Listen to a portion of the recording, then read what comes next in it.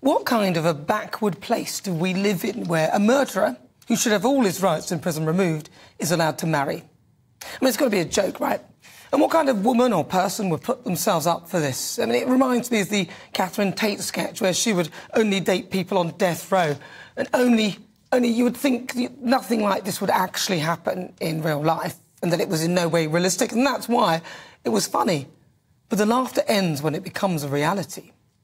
Levi Belfield was convicted of murders of the 13-year-old Millie Dowler in March 2002, Marshall McDonald, who was 19 the following year, and in 2004, Amélie Delagrande, who was 22. He was also convicted of the attempted murder of Kate Sheedy.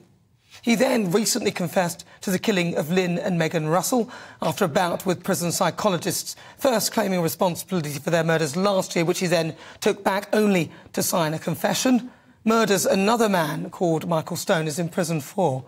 Now, Michael Stone's solicitor said, "It must have taken some courage and considerable soul-searching by Levi Belfield to have written and signed this confession."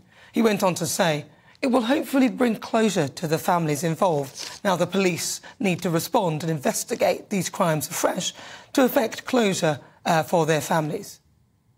Courage. My heart bleeds. Levi Belfield is basically a mass murderer, a serial killer, serving 2 whole life orders who will die behind bars for the rest of his life. The fact that he was even allowed to apply to marry his girlfriend and to request for legal aid to challenge a decision to block the marriage is beyond me.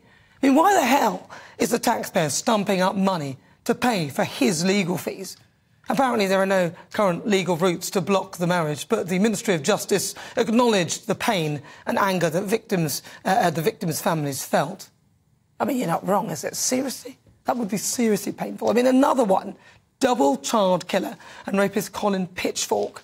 Now, Pitchfork, who was jailed for life for raping and strangling 2 15-year-old girls, Linda Mann and Dawn Ashworth in Leicestershire, has been granted parole and will be released from prison. I mean, you couldn't make this up.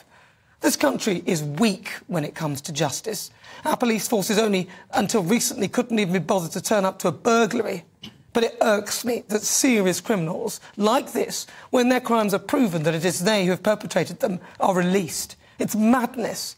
In Pitchfork's case, they tried it, but he wound up back behind bars.